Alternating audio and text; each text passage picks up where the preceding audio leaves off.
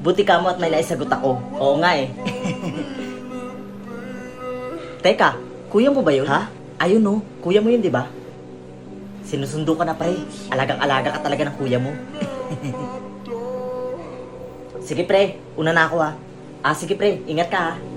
'Cause it would take a whole lot of medication.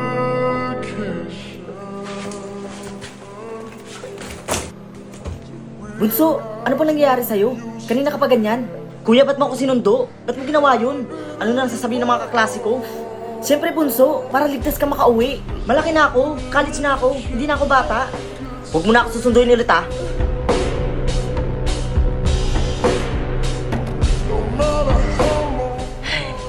Ang hirap talaga sumakay dito, no? Kaya nga eh.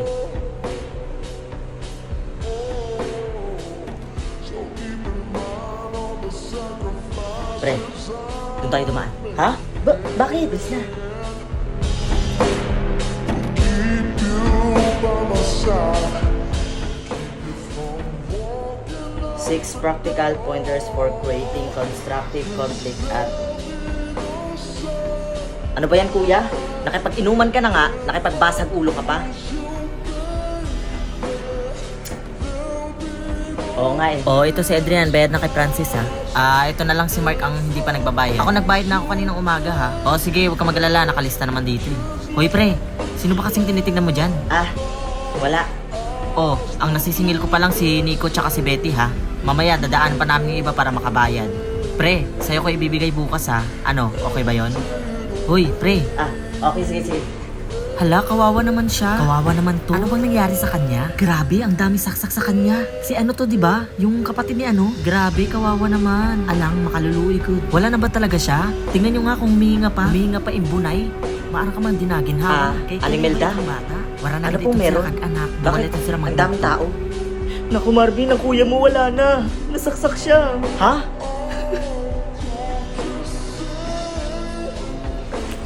Andiyan Kuya? na pala yung kapatid niya. Marvin, kumalma ka lang.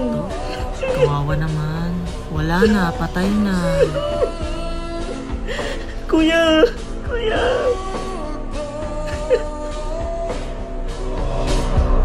Pick up these broken pieces till I'm bleeding.